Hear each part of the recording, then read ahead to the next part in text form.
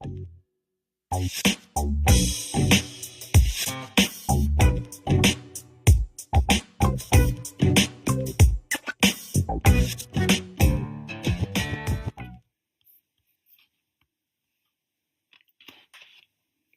buen día, les saluda el profesor Dr. Joshua Barbosa Meca y vamos a continuar con nuestros temas del Diplomado en Cuidados Críticos Neonatales con una introducción a la clínica respiratoria, para lo cual vamos a dictar ciertos aspectos principales que se deben tener en cuenta al momento de evaluar alguna patología en la función respiratoria del recién nacido.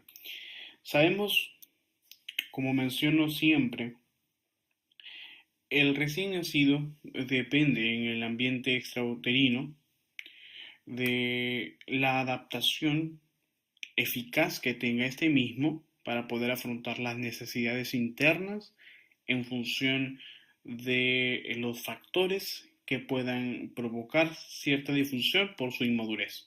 Eso quiere decir de que el recién nacido depende mucho de su madurez para poder afrontar las consecuencias que tiene tras el nacimiento.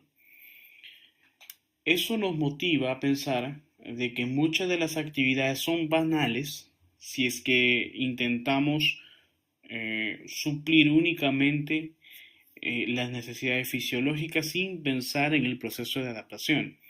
Y en realidad, muchas veces nuestro tratamiento médico está indicado o está orientado a suplir las necesidades del niño sin pensar en el proceso adaptativo, solamente por suplir las necesidades. Y en realidad, la suplencia de estas necesidades está circunscrita al proceso adaptativo. Eso significa de que el proceso adaptativo demanda otros factores cuya sinergia van a permitir una eficaz adaptación a la vida extrauterina del niño.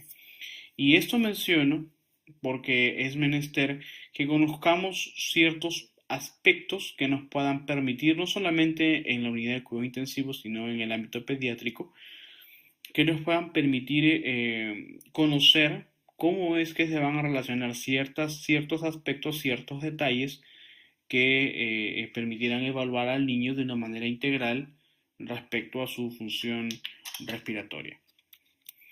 Veamos, vamos a ver algunas perlas.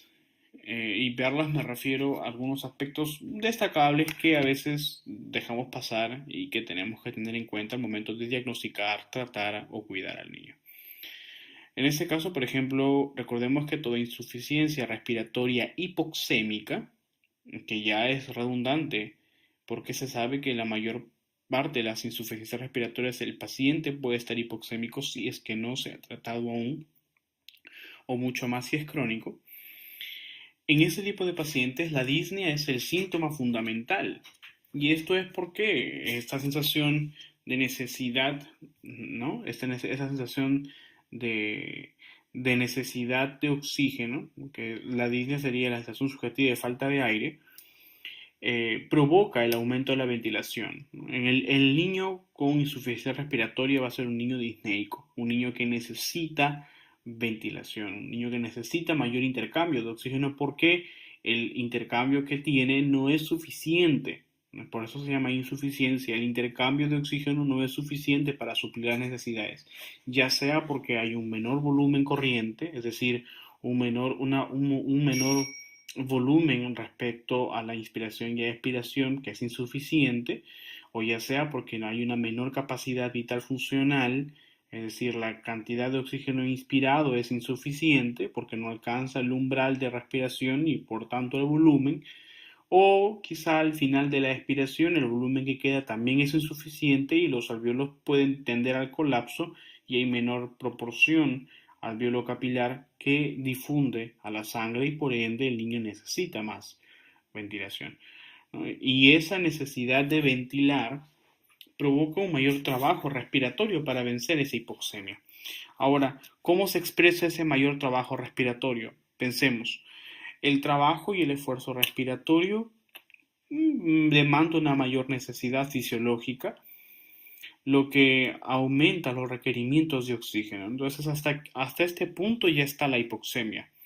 Hasta este punto el niño tiene un mayor esfuerzo respiratorio y por ende va a necesitar más oxígeno, y si es que no se suple de manera exógena, es decir, no brindamos nosotros todavía, el niño está desarrollando ya una hipoxemia, es decir, una disminución de los valores de oxígeno en sangre. Este aumento de los requerimientos de oxígeno se va a expresar como una disminución, disculpe, como una necesidad de oxígeno, es decir, un mayor requerimiento de los niveles de oxígeno que el niño necesite, es decir, va a necesitar una mayor fracción de oxígeno, va a necesitar una mayor FiO2, lo cual sería imposible fisiológicamente, porque fisiológicamente nosotros solamente podemos obtener el 21% del oxígeno inspirado. Y estos niños necesitan mayores fracciones y es por eso que el oxígeno exógeno que se le brinda suple esa necesidad. Además, hay una disminución del aporte. Esta disminución del aporte implica de que el niño, por más ventilación al 21% que haga por el aumento de los requerimientos de oxígeno, no va a ser suficiente. Entonces, la necesidad y el aporte la necesidad es mayor y el aporte es menor y por ende hay un desequilibrio, ¿no? Entonces, la necesidad y el aporte están en desequilibrio. Hay un menor aporte y mayor necesidad. Y esto se entiende que cuando hay mayor necesidad, entonces el niño va a tener que acelerar los valores de frecuencia respiratoria, lo que se conoce como taquipnea. Esta necesidad de aumentar la frecuencia respiratoria es para suplir las cantidades de volumen que no intercambian. Es decir, hay menor volumen, hay menor capacidad de ventilación y el niño tiene que ventilar más rápido para poder suplir esas necesidades de volúmenes. Y por ende se da la hiperventilación. Entonces el niño aumenta la frecuencia respiratoria e hiperventila para poder suplir esa necesidad. Y la disminución del aporte se entiende como una disminución de la saturación de oxígeno. ¿Por qué? Porque, uno, el aporte de oxígeno a expensas de un aumento de la frecuencia respiratoria para suplir el volumen, este volumen que llega es aún insuficiente porque puede haber un daño en el proceso de intercambio de gases alveolo capilar. Y si hay menor aporte al riego sanguíneo con los niveles de oxígeno que deberían ser normales a expensas de un volumen, entonces se va a expresar como cianosis. Porque la cianosis se da cuando los niveles, ¿no? Los niveles de oxígeno son menores y este aporte de oxígeno que está en la sangre es menor hacia los tejidos y por ende se desarrolla una coloración azulada, lo que determina que hay un menor aporte de oxígeno a expensas de un volumen. Entonces el niño taquipneico que hiperventila y un niño que tiene disminución del aporte de oxígeno a los tejidos va a ser un niño cianótico, lo cual agravaría el cuadro de insuficiencia respiratoria, ¿no? Entonces, un niño que tiene taquipnea, tiene cianosis y además tiene disminución de la saturación de oxígeno y puede evidenciarse alguna alteración en el intercambio de gases, en una gasometría, entonces es un cuadro de muy mala, de un mal cuadro, ¿no? Bien, entonces, este aumento de los requerimientos de oxígeno activa los quimiorreceptores, los mecanorreceptores y pone de control nervioso y se estimula el centro nervioso de la respiración. Entonces, se inicia un sistema compensatorio. El niño para este punto, a nivel central, es decir, a nivel del sistema nervioso, se va a estimular el aumento de la respiración. Entonces, se estimula en dos partes. Se estimula el control motor de la respiración, el niño hiperventila, ¿no? provocando reflejos, por ejemplo, del Ehrenbrewer, que es el reflejo que provoca una pequeña contracción al final de la expiración para poder retener en parte la frecuencia, pero eso provoca que, contrariamente a la necesidad de oxígeno, el niño va a necesitar mayor respiración, ¿no? Mayor rapidez en la respiración, no puede respirar tan profundo, por esa necesidad de captar mayores volúmenes, no respira tan profundo, sino que respira más rápido.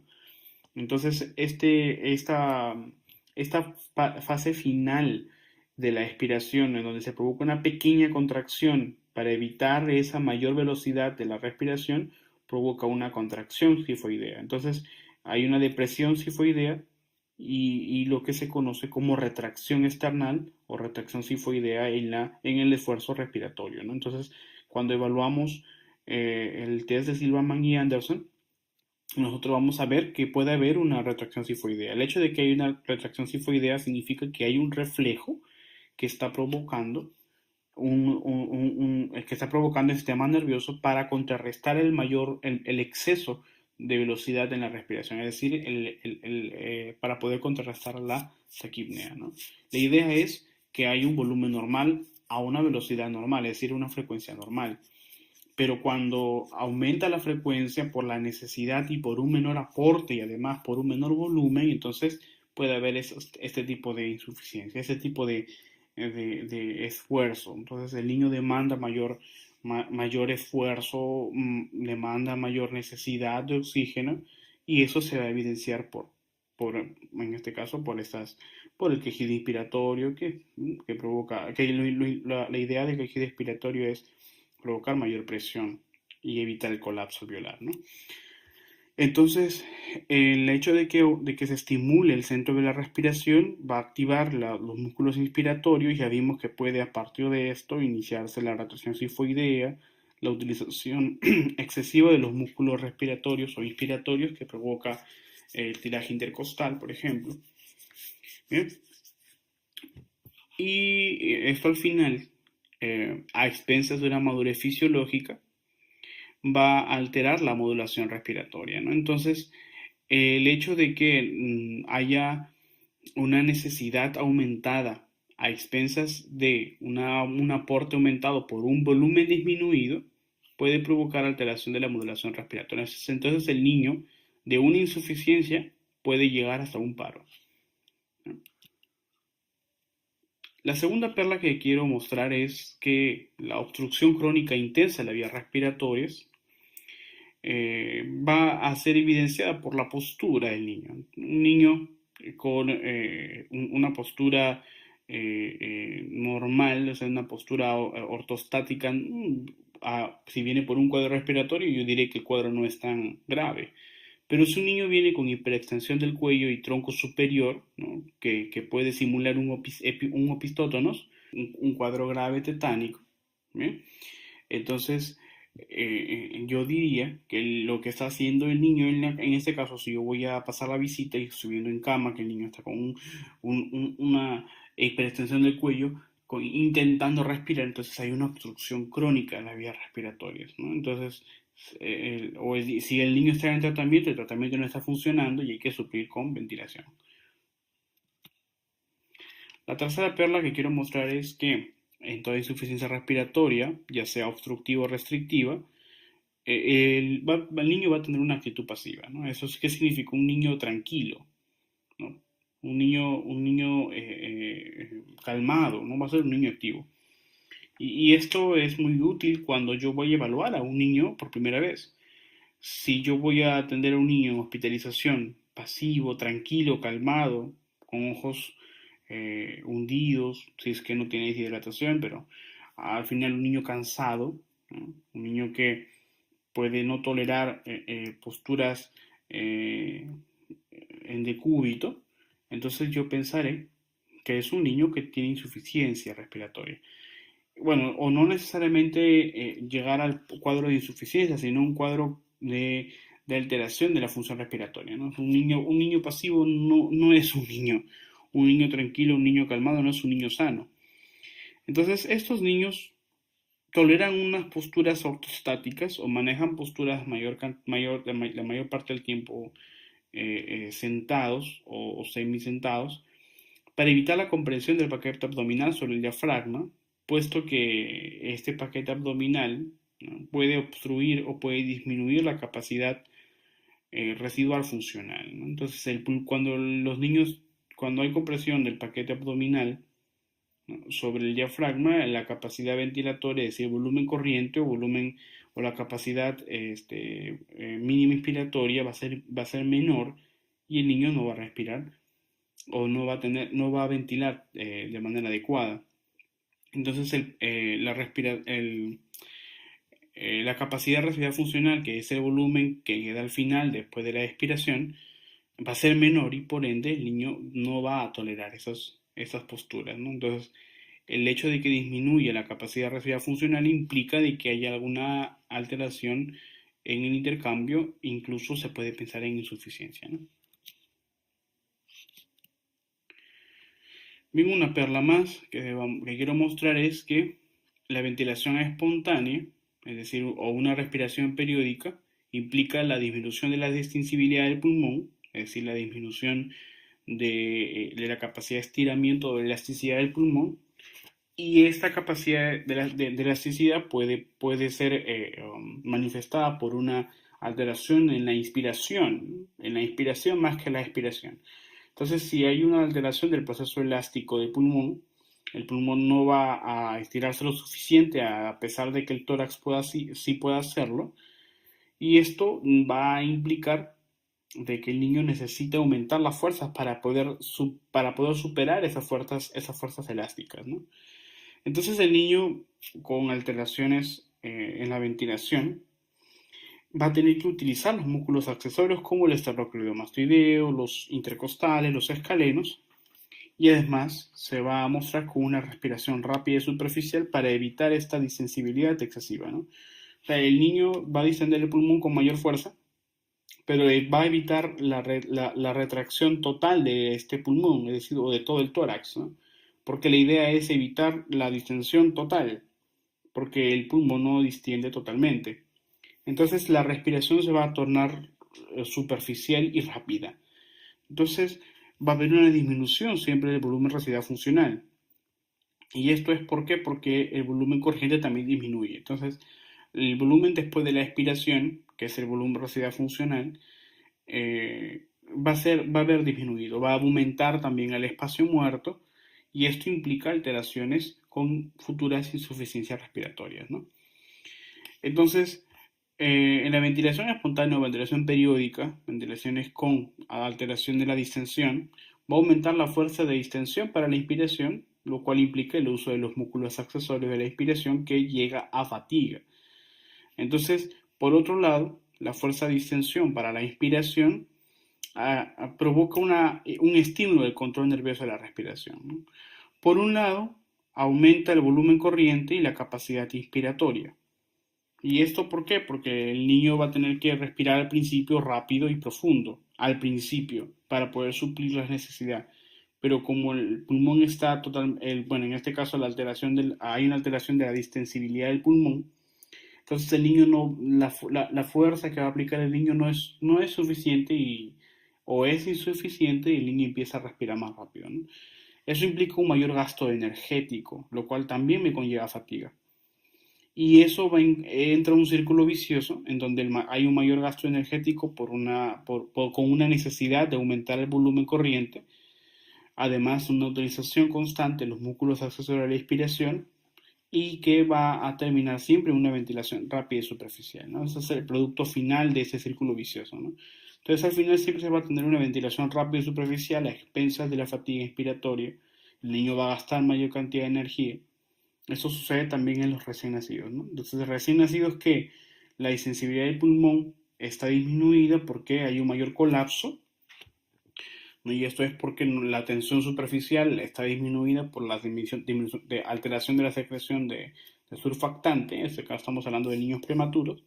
Entonces la distensibilidad del pulmón va a estar disminuida y no porque el pulmón no se pueda extender completamente o en su totalidad, sino porque los alveolos están en su mayor proporción colapsados. Entonces la tensión superficial está aumentada y esto va a forzar a que haya una mayor fuerza de inspiración para poder suplir esa necesidad de ventilación o de oxigenación. Vea que los alvéolos necesitan mayor presión de oxígeno para poder suplir el radio, ¿no? Según la ley de Laplace. tendríamos que superar el factor del radio del alveolo, o en este caso el diámetro del alveolo, a través del aumento de la presión, de la presión respiratoria, ¿no? La presión de volumen inspiratorio tendría que ser mucho mayor para poder suplir el factor del diámetro del radio del alveolo. De esta manera podría compensarse, pero el problema es que en los recién nacidos prematuros no hay esta compensación. ¿Por qué? Porque el recién nacido prematuro es un recién nacido que al contrario, en vez de utilizar energía, intenta reservar la mayor cantidad de energía, por eso es un niño hipotónico. Y esto es además, ¿no?, aunado a una inmadurez neurológica, inmadurez neuromuscular, inmadurez respiratoria, inmadurez de todo, ¿no? Entonces el niño no va a utilizar los músculos inspiratorios, pero un niño no tiene fuerza, no tiene energía, y si la tiene la va a guardar. Esto genera un proceso, un problema muy, muy grave que nos va a motivar a que se ventile de manera externa, de manera exógena, es decir, suplir esa necesidad ventilatoria y habría que intubar al niño, habría que conectar al ventilador mecánico y suplir esa necesidad, ¿no? Entonces, para esto nosotros vamos a tener que tener en cuenta cuánto queda de volumen residual. ¿Por qué? Porque si el niño respira rápido, además, por ejemplo, en el recién nacido prematuro, esa ventilación, producto de una disminución de la distensión, no suple esa necesidad, entonces el volumen residual va a ser disminuido. Y al disminuir el volumen residual después de la respiración, entonces significa que hay menor cantidad de oxígeno que difunde a la sangre y mayor cantidad de CO2 que se retiene. Entonces puede aumentar los niveles o la presión parcial de CO2 y disminuir la saturación de oxígeno, lo cual se evidencia o se culmina como acidosis respiratoria.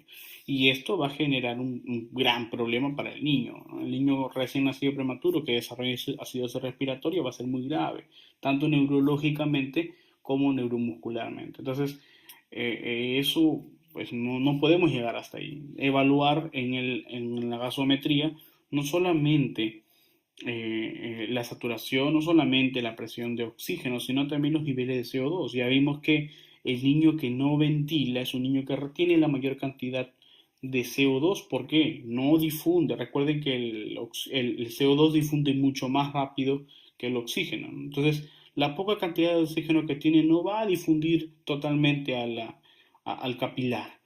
Se va a retener la mayor cantidad de tiempo en los alveolos porque es el oxígeno que permite el mantenimiento de la tensión alveolar y evita el colapso al final.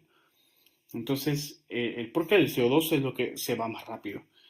Entonces, si el CO2 se mantiene en el cuerpo, porque no hay una ventilación adecuada y además porque difunde más rápido hacia la sangre, se regresa más rápido hacia la sangre, entonces la acidosis respiratoria va a predominar y esto va a provocar un gran problema, ¿no? Bien, y por último, recordemos que cada centígrado, ¿no?, o grados Celsius de aumento de la temperatura va a aumentar de 7 a 11 respiraciones por minuto en los niños menores de 12 meses y aumenta de 3 a 7 respiraciones por minuto en mayores de 12 meses, ¿no? Entonces es muy importante porque el aumento de la temperatura o variaciones del intercambio de la temperatura puede alterar la respiración en un niño mucho más que tiene esa necesidad de ventilación. En este caso, por ejemplo, un niño taquipneico, el hecho de que desarrolle fiebre va a provocar mayor necesidad de oxígeno. Y por otro lado, puede llegarse a una insuficiencia. No recuerden que si el niño respira más rápido, no implica siempre que el niño respire profundo. Al contrario, si el niño respira profundo y rápido, ya sería mucho más grave el problema, ¿no? Disminuye la presión de CO2 también, y eso en realidad tiene que mantenerse, porque si se disminuye la presión de CO2, el centro neumotáxico no va a funcionar, porque los quimiorreceptores detectarían que hay una disminución de la presión de oxígeno, de presión de CO2, y no van a querer actuar, ¿no? Es académicamente visto, ¿no? Haciendo un ejemplo académico, ¿no? No sucede tal cual. Pero si disminuye los niveles de CO2, ¿no?, en sangre, si disminuye la presión parcial de CO2, el centro neumotáxico determinaría que la utilización de los músculos de la expiración pues se vengan abajo, es decir, no va a haber una adecuada ventilación. Entonces puede haber una respiración superficial rápida, pero no eficiente. Entonces no significa que un niño que respire rápido es un niño que está bien, al contrario, ¿no? Los niños pequeños respiran rápido respecto al adulto, se respiran con mayor frecuencia respecto al adulto porque el volumen que necesitan respecto a su superficie corporal tan amplia, la cantidad de oxígeno que necesitan es mucho más elevada. Entonces esos niños respiran más rápido por ese acto compensatorio, ¿no? La cantidad de oxígeno y además el volumen inspiratorio es insuficiente para estos niños, tienen que respirar más rápido. Nosotros no. Nuestra fuerza ventilatoria, nuestra capacidad residual, funcional, nuestro volumen corriente es mayor a las cantidades de oxígeno que nosotros necesitamos y por ende respiramos más lento que los niños recién nacidos, ¿no? Entonces, todo está basado en el volumen corriente y en el volumen residual funcional. Entonces, los niños tienen menor volumen residual funcional que respecto al adulto y por ende necesitan respirar un poco más rápido para poder obtener la mayor cantidad de volumen residual al final de la expiración. Nosotros no. Con una inspiración, nosotros tragamos la mayor cantidad de oxígeno y podemos obtener una mayor cantidad de volumen residual funcional después de la expiración y eso nos mantiene vivos. En el niño no, ¿no? Y esto es por la proporción corporal. Bien, por otro lado, quiero tener en cuenta, bueno, que no sucede siempre en los recién nacidos prematuros pues, o recién nacidos en la unidad de cuidados intensivos, pero que sí es importante para tener en cuenta en hospitalización pediátrica, que un niño con tos continuada en forma de ataque, que se caracteriza además por una ininterrupción para la inspiración, que después de cada tos hay un enrojecimiento continuo, o que haya cianosis o combinadas estas tres, podemos descartar tosferina, ¿no? Podemos descartar el virus incital respiratorio, podemos descartar cualquier otro adenovirus o un cuerpo extraño en vía aérea, ¿no? Tenemos que tener en cuenta entonces que la tos continua en forma de ataque o tos perruna, que no siempre caracterizada como tos perruna, puede ser originada por cualquiera de estos tres factores, ¿no? Bien,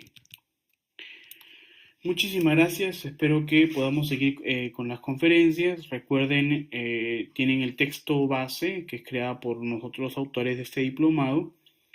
Sugiero leerlo para poder entender un poco más y continuar leyendo sobre las perlas que continúan. Bien, muchísimas gracias. Se despide el profesor, doctor Joshua Barbosa. Un abrazo y Dios los bendiga.